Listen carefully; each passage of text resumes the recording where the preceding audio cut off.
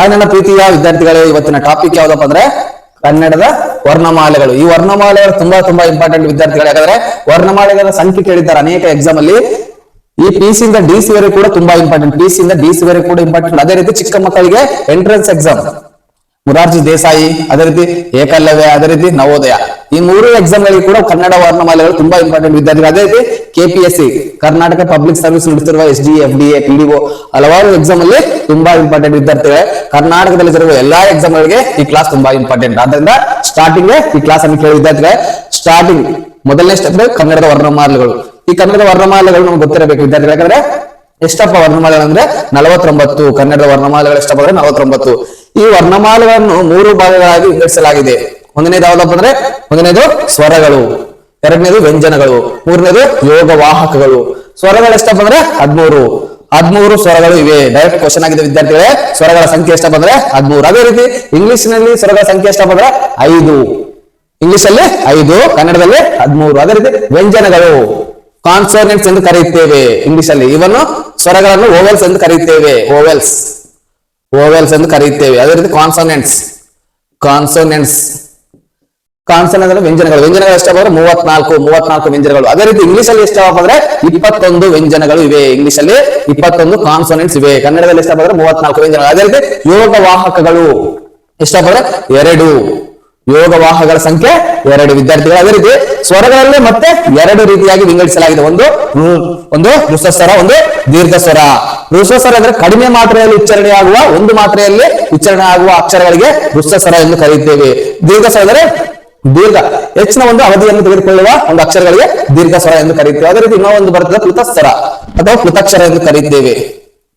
ಪ್ಲುತಕ್ಷರ ಇದು 3 ಮಾತ್ರೆಯ ಕಾಲಾವಧಿಯಲ್ಲಿ ಉಚ್ಚಾರಣೆಯಾಗುವ ಅಕ್ಷರಗಳಿಗೆ ಪ್ಲುತಸ್ವರ ಎಂದು ಕರೆಯುತ್ತೇವೆ. ಉದಾಹರಣೆಗೆ ಅಯ್ಯೋ, ಅಮ್ಮೋ, ಆ ರೀತಿಯಾಗಿ ನಾವು ಭಾವೋದ್ವೇಗದಿಂದ ಉಚ್ಚಾರಣೆಯಾಗುವ ಅಕ್ಷರಗಳಿಗೆ ಪ್ಲುತಸ್ವರ ಎಂದು ಕರೆಯುತ್ತೇವೆ. ಅದೇ ರೀತಿ ದೀರ್ಘ ಸ್ವರ 2 ಮಾತ್ರೆಯ, ಅದೇ ರೀತಿ ಹೃಸ್ವ ಸ್ವರ 1 ಮಾತ್ರೆಯ ಕಾಲಾವಧಿಯಲ್ಲಿ ಉಚ್ಚಾರಣೆಯಾಗುವ ಅಕ್ಷರಗಳಿಗೆ ಸ್ವರಗಳೆಂದು ಕರೆಯುತ್ತೇವೆ. ಅದೇ ರೀತಿ ವಿದ್ಯಾರ್ಥಿಗಳೇ, ಈ ವ್ಯಂಜನದಲ್ಲಿ ಮತ್ತೆ 3 ರೀತಿಯಾಗಿ ವಿಂಗಡಿಸಲಾಗಿದೆ. ವ್ಯಂಜನಗಳು ಇನ್ನೊಂದು ವಿದ್ಯಾರ್ಥಿಗಳು ವ್ಯಂಜನಗಳನ್ನು 2 ರೀತಿಯಾಗಿ ವಿಂಗಡಿಸಲಾಗಿದೆ.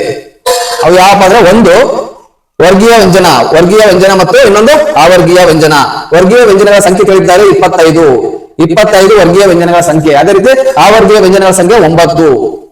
ಅದೇ ರೀತಿ ಮತ್ತೆ ಈ ವರ್ಗೀಯ ವ್ಯಂಜನದಲ್ಲಿ 3 ರೀತಿಯಾಗಿ ವಿಂಗಡಣೆ ಮಾಡಿದ್ದಾರೆ. ಒಂದು ಅಲ್ಪಪ್ರಾಣ, ಇನ್ನೊಂದು ಮಹಾಪ್ರಾಣ, ಇನ್ನೊಂದು ಅನುನಾಸಿಕ. ಅದೇ ರೀತಿ ಆವರ್ಗೀಯ ವ್ಯಂಜನಗಳ ಸಂಖ್ಯೆ ಎಷ್ಟಪ್ಪ ಅಂದ್ರೆ 9. ಯಾವಪ್ಪ ಅಂದ್ರೆ ಯಾರ, ಲಾವ, ಶೇಷ, ಸಹ.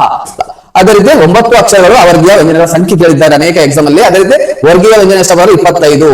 ಅದೇ ರೀತಿ ಅಲ್ಪಪ್ರಾಣ ಕಡಿಮೆ ಉಸಿರಿನಲ್ಲಿ ಉತ್ಪಾದಿಸುವ ಅಕ್ಷರಗಳನ್ನು, ಉಚ್ಚಾರಣೆ ಮಾಡುವ ಅಕ್ಷರಗಳನ್ನು ಅಲ್ಪಪ್ರಾಣ ಎಂದು ಕರೆಯುತ್ತೇವೆ. ಅದೇ ರೀತಿ ಮಹಾಪ್ರಾಣ ಅಂದ್ರೆ ಹೆಚ್ಚಿನ ಉಸಿರನ್ನು ತೆಗೆದುಕೊಳ್ಳುವ ಅಕ್ಷರಗಳಿಗೆ ಮಹಾಪ್ರಾಣ ಎಂದು ಕರೆಯುತ್ತೇವೆ. ಅಲ್ಪಪ್ರಾಣಗಳ ಸಂಖ್ಯೆ 10, ಮಹಾಪ್ರಾಣಗಳ ಸಂಖ್ಯೆ 10. ಅದೇ ರೀತಿ ಅನುನಾಸಿಕ ಮೂಗಿನ ಸಹಾಯದಿಂದ ಉಚ್ಚಾರಣೆಯಾಗುವ ಅಕ್ಷರಗಳನ್ನು ಅನುನಾಸಿಕ ಎಂದು ಕರೆಯುತ್ತೇವೆ.